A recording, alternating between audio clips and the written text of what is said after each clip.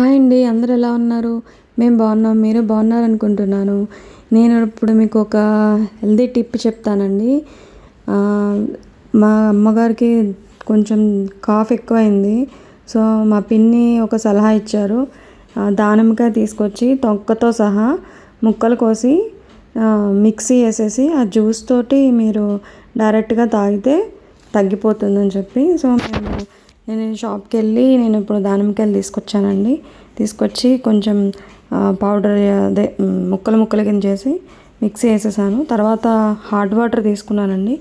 కొంచెం hot water తీసుకుని hot water ఈ జ్యూస్లో వేసుకుని, ఎందుకంటే కాఫ్ వస్తుంది కదా, ఆమె హాట్ వాటర్ తీసుకుంటారు. సో కొంచెం వాటర్ వేసి మిక్సీకి కొంచెం మళ్ళీ పట్టి వాటిని ఫిల్టర్ చేసేసి జ్యూస్ డైరెక్ట్గా ఇచ్చానండి.